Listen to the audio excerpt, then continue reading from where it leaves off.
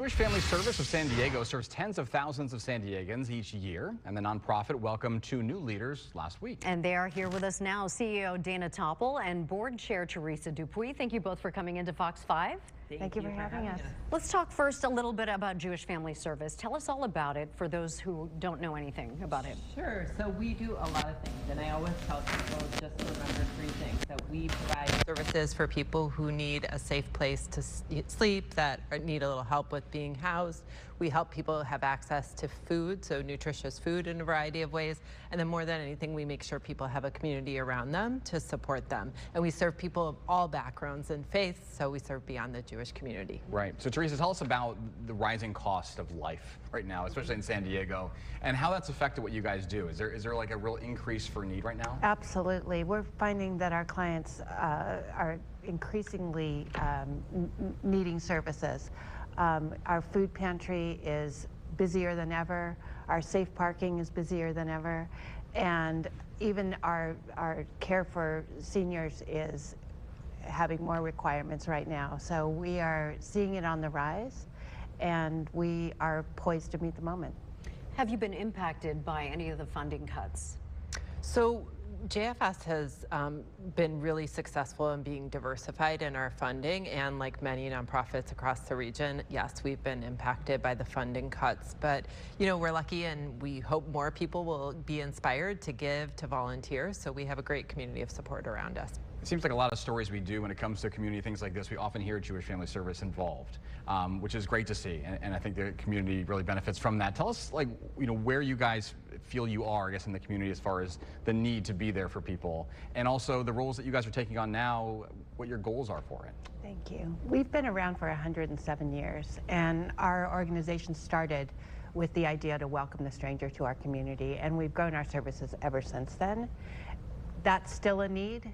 Feeding people is still a need. Housing people is still a need. And our goals right now are really to enhance our programming and make sure that we're reaching people in every corner of the city. Talk a little bit about your safe parking program. That has become something that has come forward in the news. We've seen a lot about it. Talk about the need for that. Well, we have a number of people in our community who have lost their homes because they can't afford the rent, they've lost their jobs. There's a number of reasons. The reasons vary by as many people as we have that participate. And what happens is these folks come to us at the end of the day, often after work, and we provide them with a safe place to sleep. We provide them with a bit of food, and mainly security. Everybody in the parking lot has to be vetted, and so they know that they're comfortable and safe for the night. And for many of our people who are there, when they come to us, it's the first time they felt like that in a long time. And Dana, do we feel like this problem's getting worse? I mean, are we seeing like that the numbers are getting, I don't know, say out of control, but to a point where it's, you know, difficult to support? Yeah, so I wouldn't say it's getting worse, but in my 25 years in the sector, I actually think in some ways it's getting better for people who are chronically homeless. And what we're seeing is an increase in the number of people who are formerly housed and then have one situation happen. They're working full time, they're trying to keep their kids in school, and they're, for economic reasons, becoming homeless. The other thing I'll say is that our older adults are falling into homeless so quickly because their incomes are just not keeping up with the rising costs. So I think it's changing, but I wouldn't say it's necessarily getting worse. And home-delivered meals is part of that, right? Yeah. Home-delivered meals. We have an Alzheimer's and dementia support program, and so JFS, I love hearing that JFS is everywhere because we try to be everywhere with intention. How can people help you?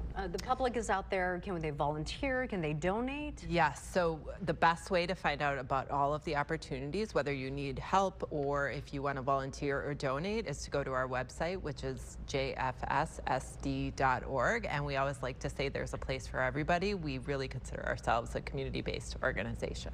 Real quick before I let you go, as you're in these new roles, what's your goal? 5 years from now, 10 years from now? Maybe even sooner than that. We don't have to go that far down the road. So that's, I mean, there would be some big goals, but for now is just, again, to make sure everybody has a safe place to sleep, to have a healthy, fresh meal, and a community of support around them. Certainly not something unusual to hope for. Yeah. We want to be sure that everybody in San Diego knows our name. Yeah.